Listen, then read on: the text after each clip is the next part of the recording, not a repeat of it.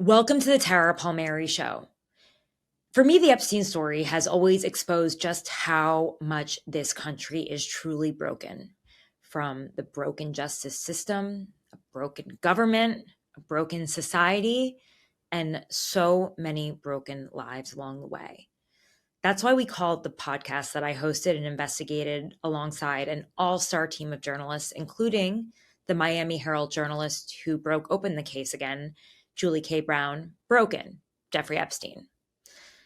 But I keep coming back to the idea of broken promises and the hope that Virginia Giuffre held on to for something more after all of this. I know I've said this before, but she was genuinely a hopeful person. She wouldn't have traveled around the country with me knocking on doors if she didn't believe that one of them would eventually open, that someone would help put together the pieces of her broken life.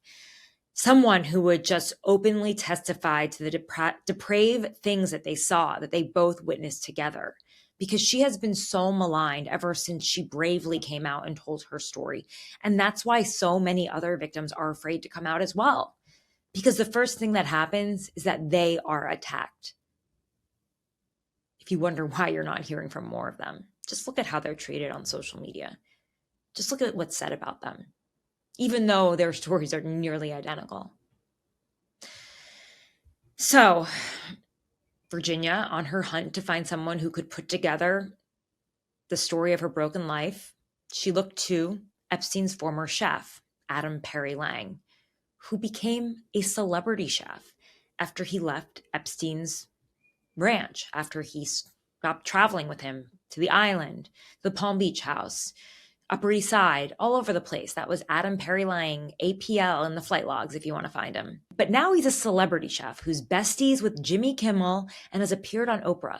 He even has a book. When he tells the story of his life, he says that he learned how to barbecue thanks to a wealthy client who had a ranch in New Mexico. But he never mentions the name Jeffrey Epstein. Still, Virginia thought he was a good guy because she said when she was around him and she was naked, he wouldn't ogle her, he would look her in the eye, and that he was always really sweet to her and he gave her pizza. And Jeffrey starved her and the other girls. I mean, not actually starved them, he fed them, but such a little amount of food so that they looked like little girls that she was just gracious to have something that was a little fatty, carbs.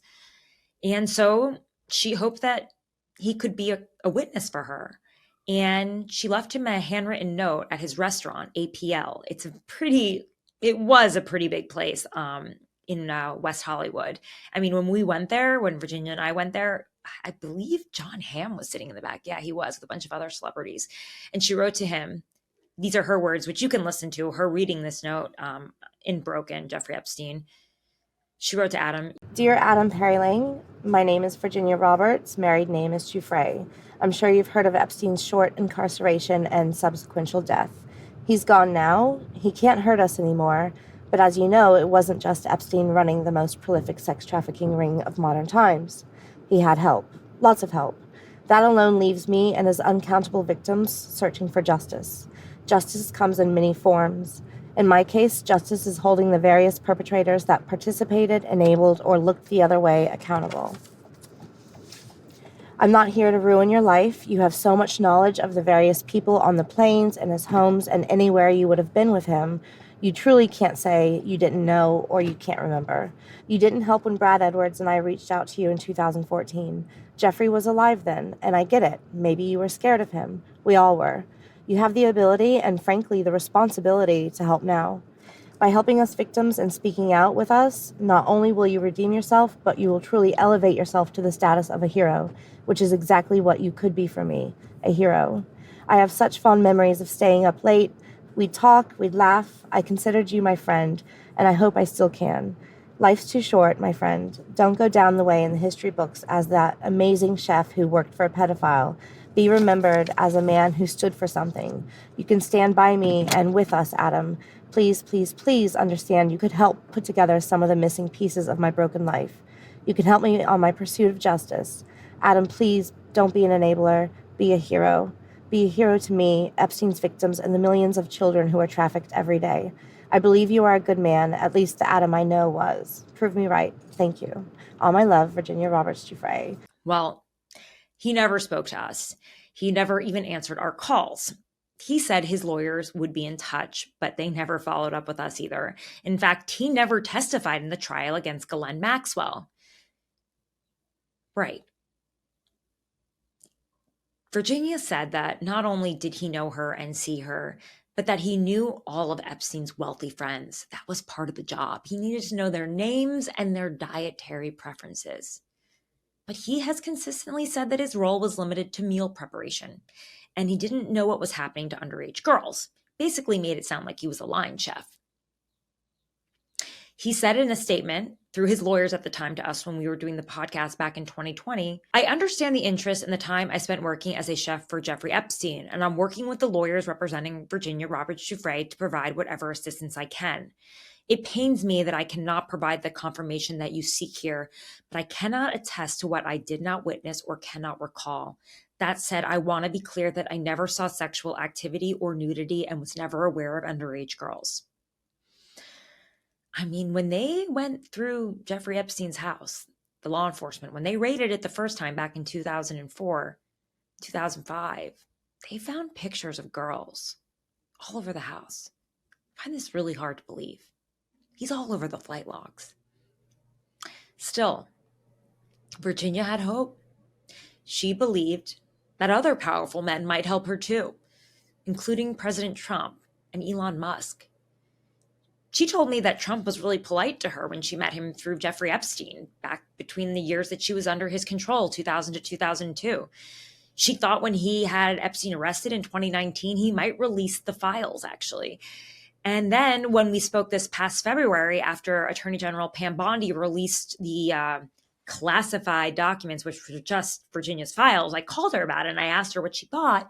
And of course, she said she was disappointed by the circus. Those were her words. She did mention to me that she had previously sent direct messages with Elon Musk, that they were communicating on X, and that he promised to release the files too. Well, he didn't, as we all know. Instead, he weaponized them, using the case against Trump. And here we are with Virginia ending her life and Ghislaine Maxwell inching towards clemency. And the right, which once so loudly was invested in this story, has lost all interest. And it's all become political theater. And the victims are just the pawns. This is not the ending that Virginia imagined, and I know she would be so heartbroken to see it. The victims are once again being left in the dark by the Justice Department, just like they were in 2008 when they brokered this secret non-prosecution agreement behind their backs, dropping Epstein's federal crimes from 60 to 0. He got a little over a year in county jail with work release, a slap on the wrist, a state crime, a sex offender.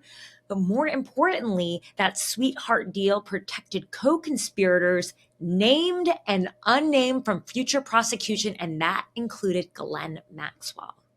And now the victims fear history is repeating itself, that Maxwell is going to get off again. She's already been moved from a federal prison to a prison camp, not a place for a sex offender.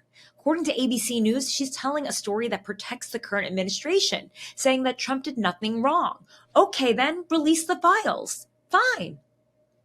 But let's also take into account that Ghislaine Maxwell wants a pardon. Who's the person who can give her a pardon? President Trump. So why would she say anything negative about him?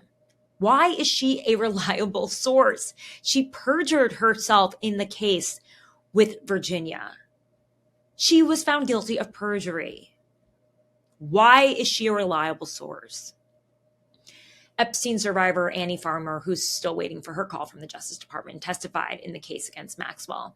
And she said she no longer has access to the line prosecutor who she worked so closely with on this case. That was Maureen Comey, the daughter of James Comey, because she was fired for being the daughter of James Comey. So there's no one on the other end of the phone to call. Her lawyers, of course, are sending out letters demanding that the victims be more considered and informed when they make these sort of decisions, like sending the number 2 person in the Justice Department to speak with Ghislaine Maxwell, and then moving her from a federal prison to a camp with fences. I keep hearing from them that they are terrified that the Justice Department will just drop the ball again. that they will be left in the dark, that Ghislaine will be free, no one will be held to account, and this whole thing will fall apart. It just feels like the case is just, it's like quicksand. It's slipping away from them. And I'm going to stay on it for them. And so I want to thank everyone who has joined the channel. New people, old people, and by old, you couldn't have been around for that long since I just launched about 5 months ago, but I've been on this Epstein story for a long time. So I hope you'll continue to share this with your friends. You can go and check out my reporting at tarapalmeri.com. You can sign up for my newsletter, The Red Letter, where you can get more of this kind of insight and reporting about the Epstein story as I continue to stay on it. This is a conversation that I had with Nicolle Wallace from Tuesday. This was before the latest developments on Ghislaine and what sources say she told Todd Blanche. Whether he actually will release that tape of their conversation. Is it even useful? Who knows? Shouldn't he just take questions from the press? And also the fact that the administration wanted to have a strategy session to figure out how to change the narrative, because obviously anyone with 2 brain cells knows this is fishy. I don't know if you can change a narrative around this story. But take a listen to our conversation here. Podcast host and author of The Red Letter on Substack, Tara Palmeri, is back with us. She has hosted 2 investigative series on the topic called Broken, Jeffrey Epstein, and Power, the Maxwells. Also joining us, former Democratic Senator, MSNBC political analyst Claire McCaskill is here, and former Criminal Division Deputy Chief at SDNY, MSNBC legal analyst, host of a new YouTube show, Courtside, Kristy Greenberg is here. Tara, I read your new reporting today and my mind was blown by your reporting and sort of weaving together the Ghislaine Maxwell story. I want to ask you to take us through it, but I first want to get your reaction to these 2 letters from victims to the judge and the Department of Justice, really calling out the handling of the political firestorm in a way that completely neglects the victims of Epstein and Maxwell's. It's been a mess, and it's been a disgrace, and it's consistent with everything I've heard. They keep telling me over and over again, they feel left out. They're out of the loop. They're wondering why they're not getting a call and why it's Ghislaine Maxwell. And they also feel re-traumatized by this, the idea that there may be some sort of deal happening behind their backs with Ghislaine Maxwell after all those years of testimony, of having to tell their stories over again and being re-traumatized. This is really consistent with what I've been hearing over and over again about feeling like they are about to be let down again. And let's not even go back to, 2008 when that sweetheart non-prosecution agreement came out and Jeffrey Epstein got a slap on the wrist. He was supposed to get 60 federal crimes against him, and it went down to 0. And he spent 13 months in a county jail with work release half the time and an ankle bracelet, and was called a sex offender. So this is giving them nightmares, deja vu, and they don't trust the government, which is supposed to be looking out for them and for all of us. What is their understanding of why, or the circumstances around what happened between Friday and our broadcast yesterday, that Kendall Lanian and Lisa Rubin at our network reported that Ghislaine Maxwell was moved from a low security prison to an even lower security prison, and that there was a rather unusual or unprecedented waiver granted by the Bureau of Prisons, something that an expert said he'd never seen for sex offenders. It's unheard of. And I was speaking to Maria Farmer, who went to the FBI in 1996 to report Jeffrey Epstein, and then again in 2004, and has been cooperating the entire way. And she called me yesterday and she was like, I'm worried the next step is house arrest. That's what it feels like. I mean, this is a place where Elizabeth Holmes is. She's about to get out in 2032. She's got visitation rights because she has a toddler. They have fences here. This is not the place where you put a sex trafficker. This is not the place where you put a pedophile who was not just an enabler for Jeffrey Epstein. And that's why I wrote that piece, Nicolle. Not for you, because I know you're aware of that and you understand that she was a predator herself. She had the psychology of a psychopath, the type of person who could manipulate while pretending to show care, emotional detachment, and where she learned it. And I think they're terrified that this person is going to be let loose again, because she should be looked at as someone who could be let loose as a predator. Well, something that people don't understand, and I run into people, and I'm often listening to your podcast or listening to something old that I missed from Julie Brown, or really trying to educate myself. A lot of people don't know or understand that she participated in the sexual abuse. Can you just remind folks what Ghislaine Maxwell has been convicted of? Well, in the case of Virginia Giuffre, who Ghislaine Maxwell, by the way, found in the spa at Mar-a-Lago, Jeffrey Epstein couldn't get into a ladies' spa, right? And find the attendant there. And she found her. She brought her to Jeffrey Epstein's house, said, "I will make you a traveling masseuse." That was Virginia's dream at the time. She was reading a book about how to do it. And when she got into the house, it was Ghislaine Maxwell who took off her panties before Jeffrey Epstein touched her. You know, in the case of Annie Farmer, it was Ghislaine Maxwell who fondled her breast when she was 16 years old, isolated on the Zorro Ranch in New Mexico, where Jeffrey Epstein dreamed of turning it into a place to breed children. This is a sick, depraved woman who not only enabled this, created a pyramid scheme, by the way, in a local high school, managed it, which took a lot of work, believe it or not, shuttling these children back and forth, making sure they all came so that Jeffrey Epstein could get his 3 orgasms per day. I mean, this was a sophisticated operation. It required pilots, chefs, chauffeurs, cooks moving around. And she ran it all. She was a lady of the house. And she engaged in the abuse at the same time. Now, that's why so many of the victims feel like she's even worse. They feel even more betrayed by her, because in the case of Annie, I mean, she told me in an interview that she said, you know, when I first met him, I thought, who's this guy? You know, he feels a little weird. But when she heard that his girlfriend Ghislaine was coming with him to this ranch, she thought it would be okay. And it was Ghislaine who called her mother and said it would be okay. So she opened doors for Jeffrey to children that he would have never gotten.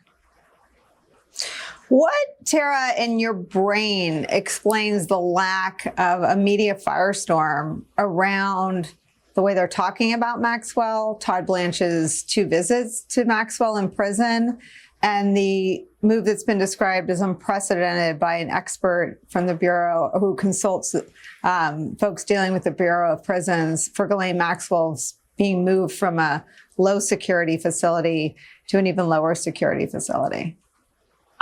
I wonder if the outrage is just not there. I mean, maybe they think she's just some sort of accomplice. She had this minor role. I mean, obviously, President Trump has nothing terrible to say about her, right?